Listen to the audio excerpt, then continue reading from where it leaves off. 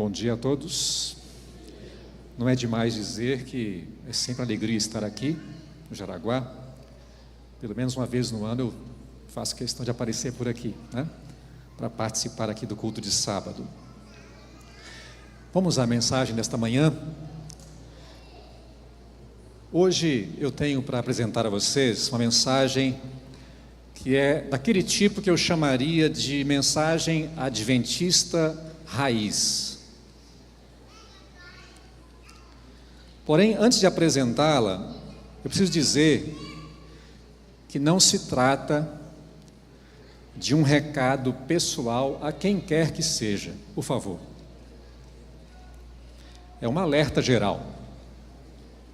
E é também uma oportunidade para um autoexame. Quem sabe, se você achar por bem, faça um autoexame após essa mensagem. Eu vou iniciar com uma pergunta. E a pergunta é a seguinte: qual a primeira coisa que as pessoas veem numa adventista do sétimo dia? São as suas crenças ou o seu modo de viver? São as suas doutrinas ou o seu estilo de vida? A resposta é óbvia, é o estilo de vida. Porque o nosso estilo de vida fala muito mais forte do que as nossas doutrinas.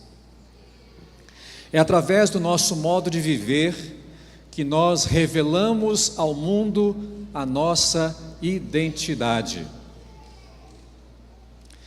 Porém, convenhamos, o estilo de vida adventista sofreu muitas alterações. Não costuma ser mais o que era no passado.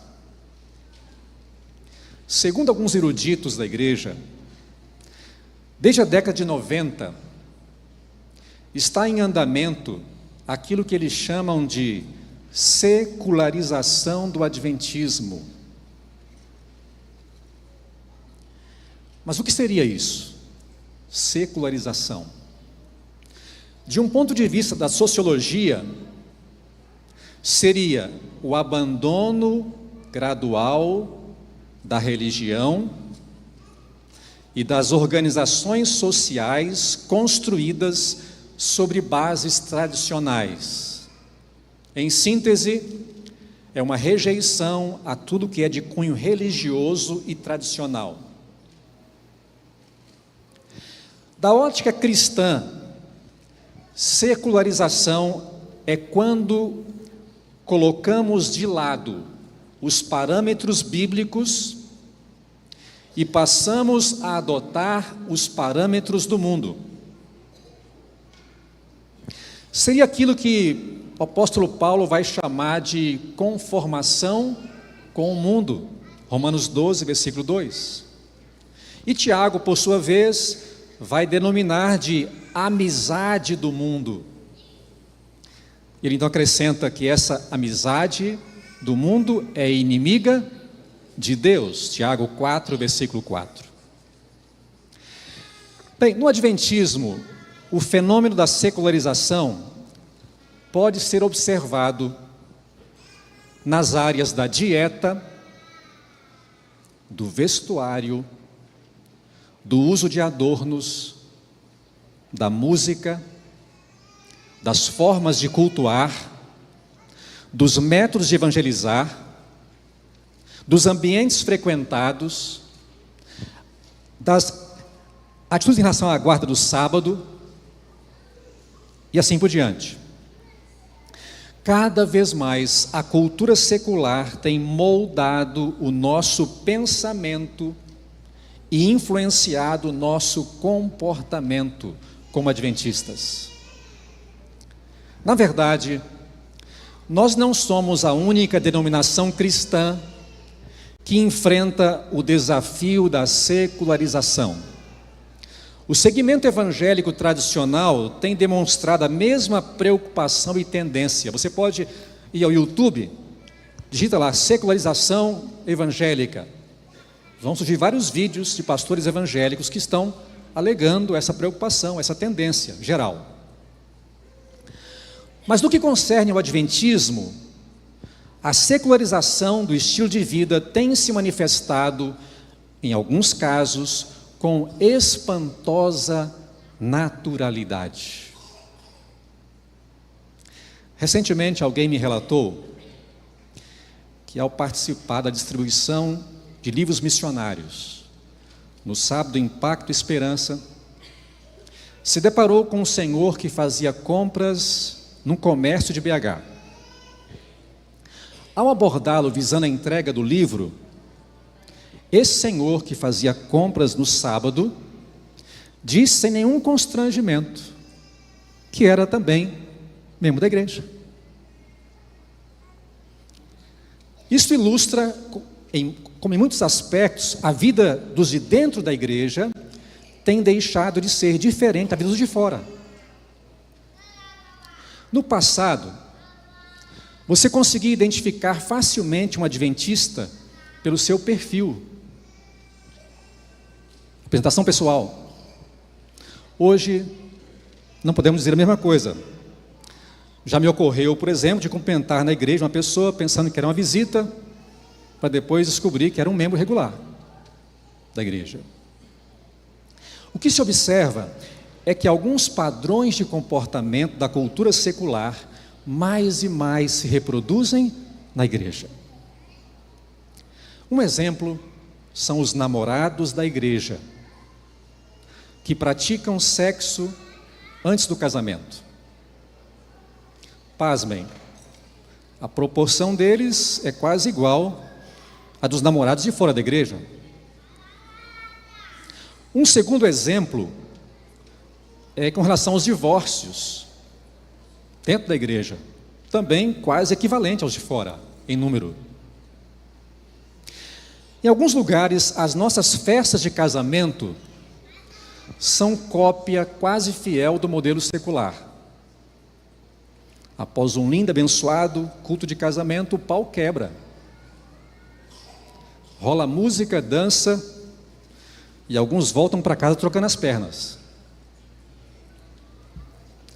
Por que esses comportamentos estão se normalizando e se tornando cada vez mais comuns entre nós?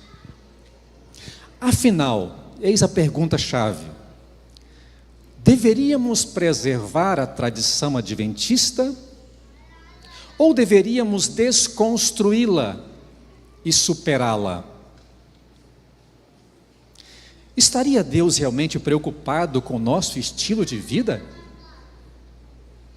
Ou seria esta uma preocupação irrelevante, sem nenhuma relação com nossa salvação? O que a Bíblia tem a dizer?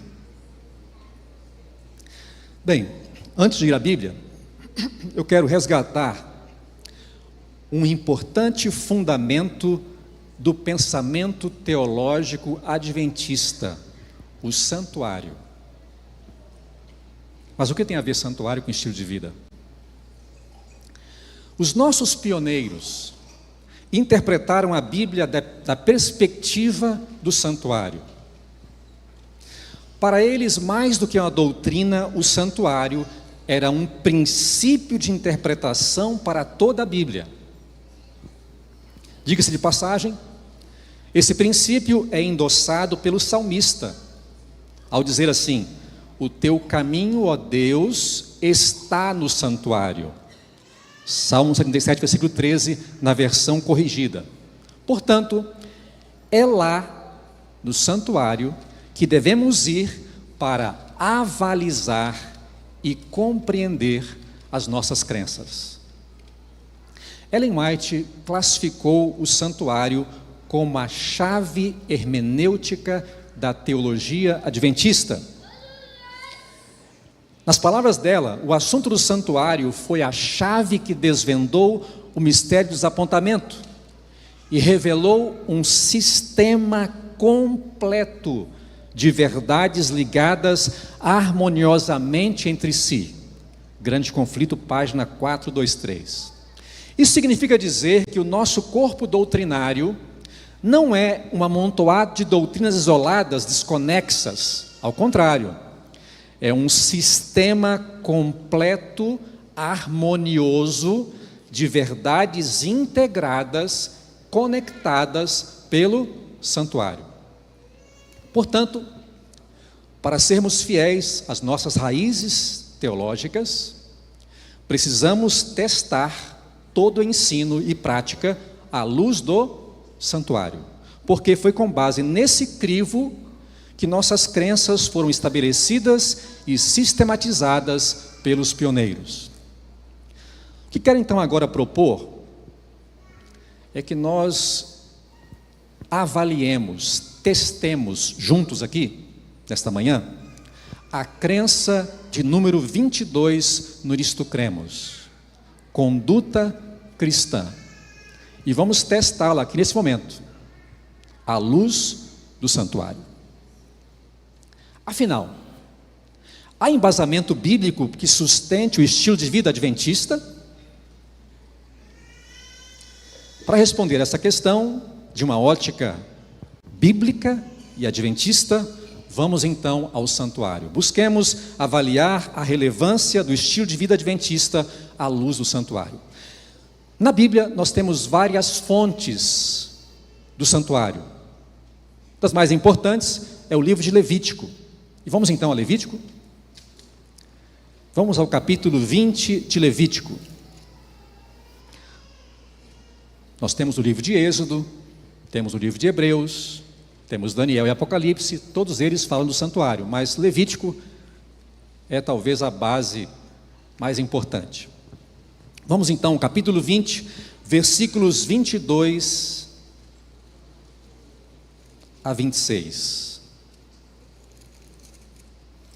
Levítico 20, versos 22 a 26. Guardai, pois, todos os meus estatutos e todos os meus juízos e cumpri-os, para que vos não vomite a terra para a qual vos levo para habitardes nela. Não andeis em quê? Nos costumes da gente que eu lanço diante de vós. Porque fizeram todas essas coisas, por isso me aborreci deles. Mas a vós outros vos tenho dito: em herança possuireis a sua terra, e eu vou-la darei para possuirdes, terra que emana leite e mel. Eu sou o Senhor vosso Deus, que vos separei dos povos. Fareis, pois, distinção entre os animais limpos e os imundos, entre as aves imundas e as limpas. Não vos façais abomináveis por causa dos animais ou das aves, ou de tudo que se arrasta sobre a terra, as quais coisas apartei de vós para tê-las por imundas. Ser-me-eis santos, porque eu, o Senhor, sou santo, e separei-vos dos povos para serdes meus. Conforme acabamos de ler,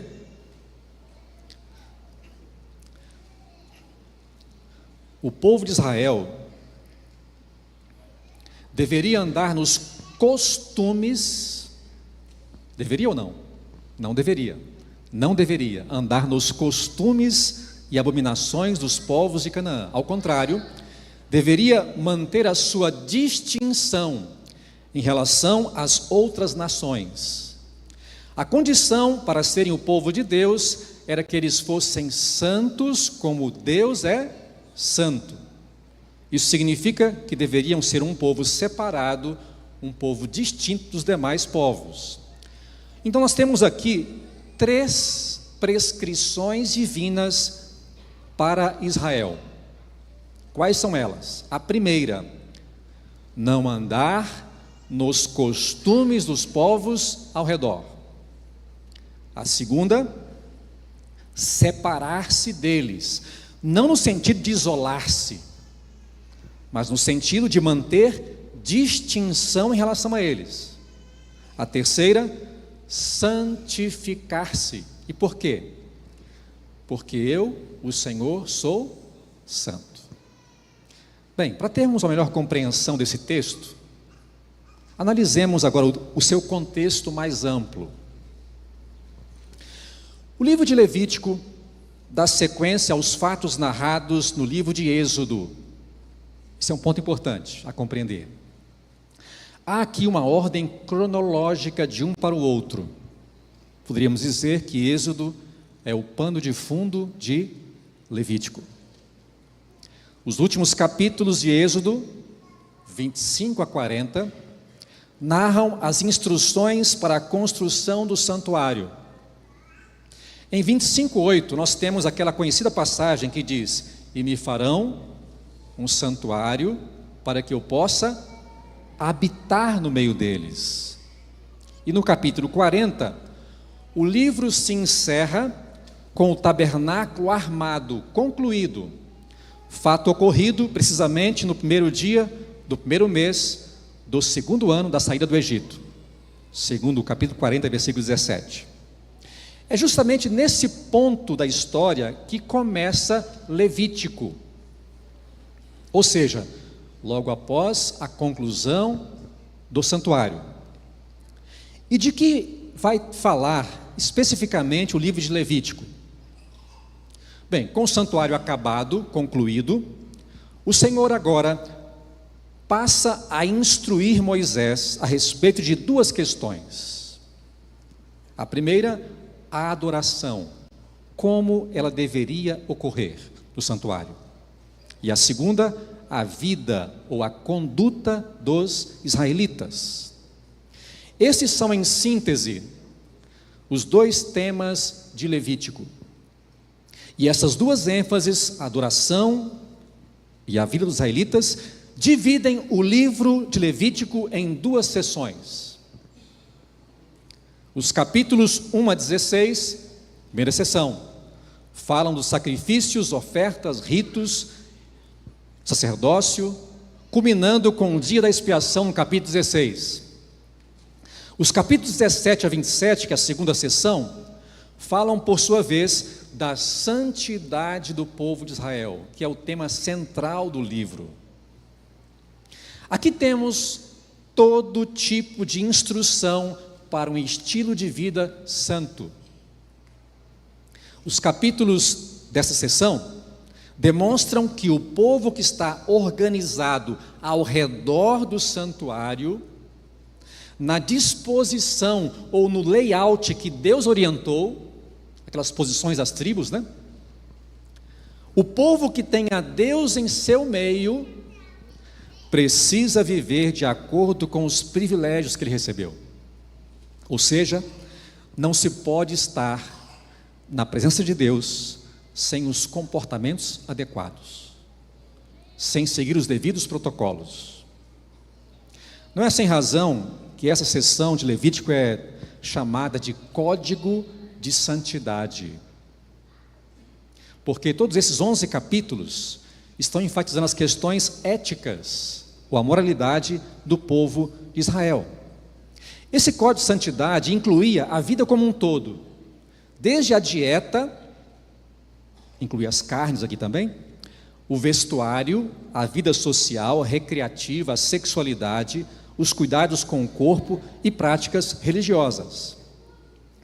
E com uma pequena amostra, eu vou citar agora alguns desses itens desse código de santidade. Itens que aparecem nos capítulos 17, 18 e 19, ou seja, justamente os capítulos que antecedem o texto que nós lemos há pouco, no capítulo 20. Vamos lá. Deus proíbe ao seu povo, por exemplo, o consumo do sangue. Capítulo 17, versos 10 a 14. Deus proíbe o casamento com parentes próximos. Capítulo 18, verso 17. Deus proíbe a poligamia. Capítulo 18, verso 18. O adultério, 18, 20. A prática da homossexualidade, 18, 22. A zoofilia, sexo com animais, 18, 23. Alguns cortes de cabelo e barba, 19, 27. O fazer marcas no corpo, 19, 28. E entre as práticas religiosas que Deus recomenda aqui, destaca-se duas: a guarda do sábado e a reverência para com o santuário. 19, versículo 30. Bem, a justificativa para esse código de santidade era que Deus desejava que o seu povo fosse diferente dos povos ao redor, nos costumes, na moralidade e na espiritualidade.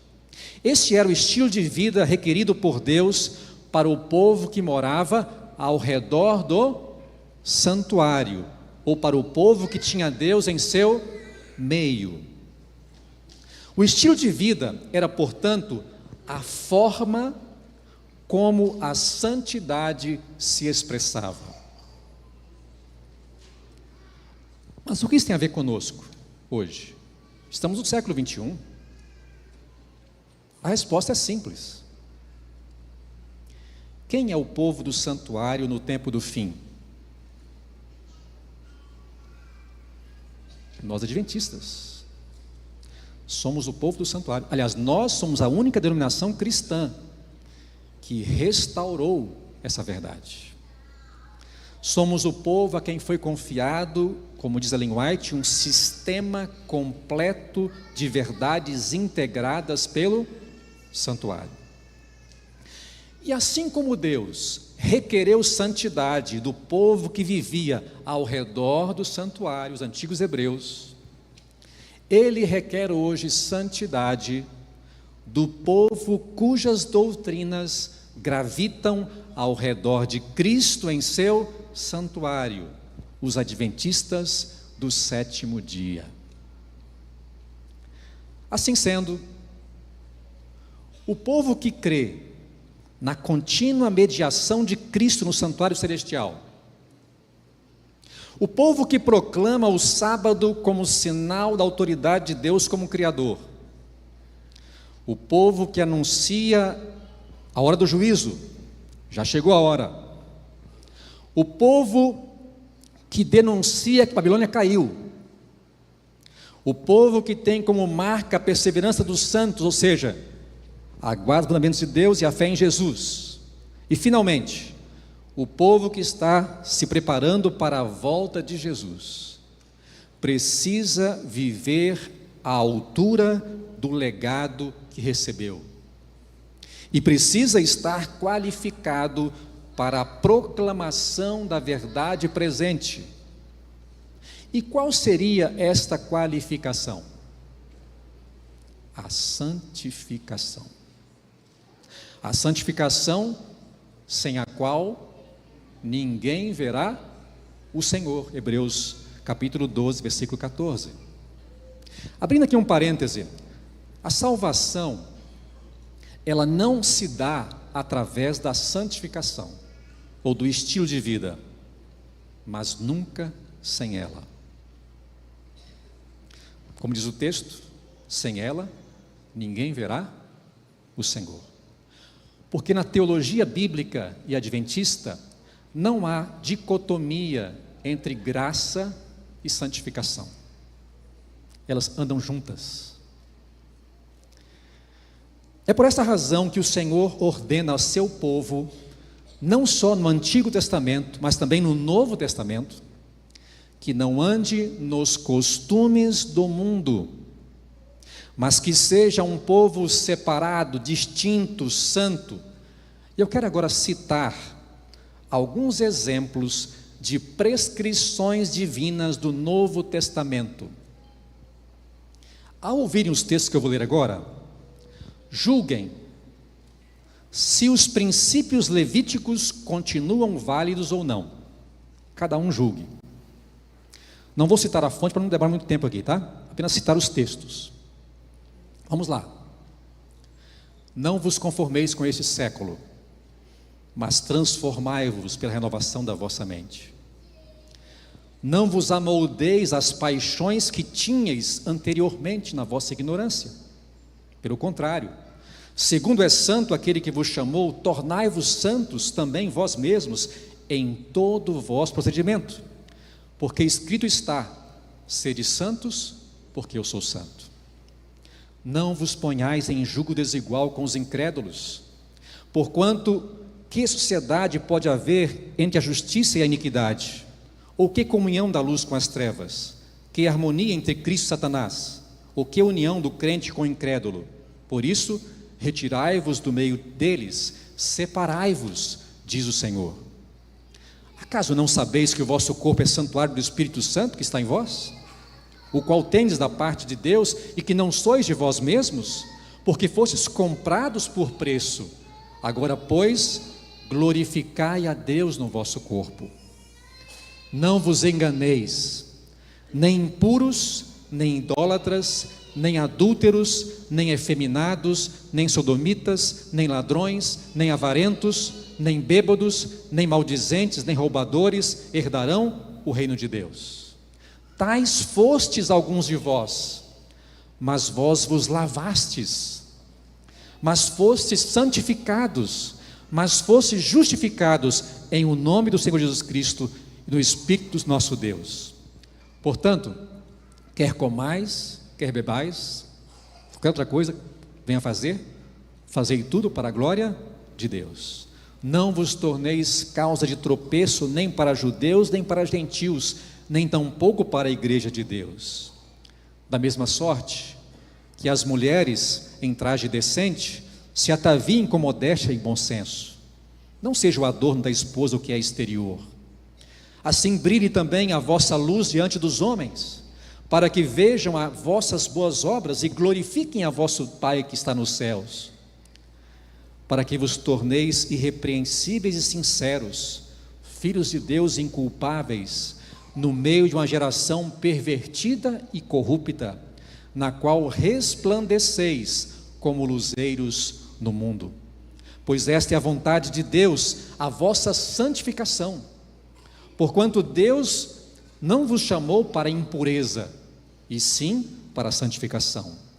O mesmo Deus de paz vos santifica em tudo, e o vosso espírito, alma e corpo sejam conservados íntegros e irrepreensíveis na vinda de nosso Senhor Jesus Cristo.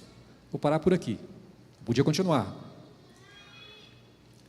Como você percebe, os textos dispensam explicação, falam por si mesmos, não há como negar.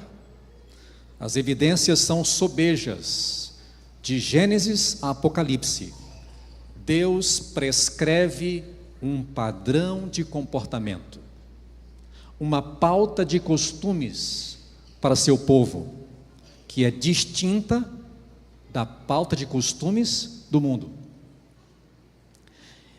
E muito mais nesses dias críticos que nós vivemos hoje, tempo de apostasia generalizada, quando o remanescente tem sido levantado para proclamar a verdade presente, não poderia ser diferente.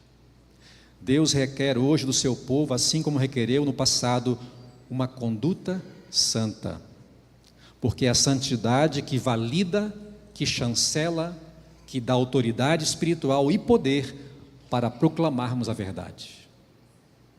Que moral teríamos, né? Para pregar a verdade, se não a vivemos. Exatamente a nossa separação do mundo, a nossa distinção nos costumes, o nosso modo de viver, o nosso estilo de vida peculiar, a nossa santidade, o que credencia a nossa pregação. Quando nossos costumes se nivelam ou se igualam aos costumes do mundo, quando nossas diferenças se extinguem, a nossa autoridade espiritual é minada e a missão da igreja perde sentido, perde força, perde razão de ser. Não é sem razão que o inimigo tem trabalhado incansavelmente para eliminar as nossas distinções em relação ao mundo, porque ele sabe que se nós nos secularizarmos como igreja, ele terá anulado o nosso testemunho e tornado irrelevante a nossa proclamação. Ora, se nossos costumes se assemelham aos costumes do mundo, Qual o sentido de trabalharmos em prol da conversão de quem está no mundo? Converter para quê? Se nossa vida não se difere dessas pessoas de fora. Como bem colocou Ellen White, seguir os costumes do mundo converte a igreja ao mundo, nunca converte o mundo a Cristo. Grande Conflito, página 214. É então o estilo de vida que dá coerência à nossa doutrina. Em outras palavras, a maneira como vivemos confirma ou nega a nossa fé. Pensar diferente é não pensar biblicamente, é afastar-se das raízes do pensamento bíblico adventista. Então, o que se espera de nós, povo do santuário, nos últimos dias, é que o Senhor realmente habite em nosso meio, que não percamos o senso da sua presença, porque Deus está aqui, que sejamos santos como Ele é santo, a fim de que sejamos habilitados para a missão e aptos para ver o Senhor naquele dia.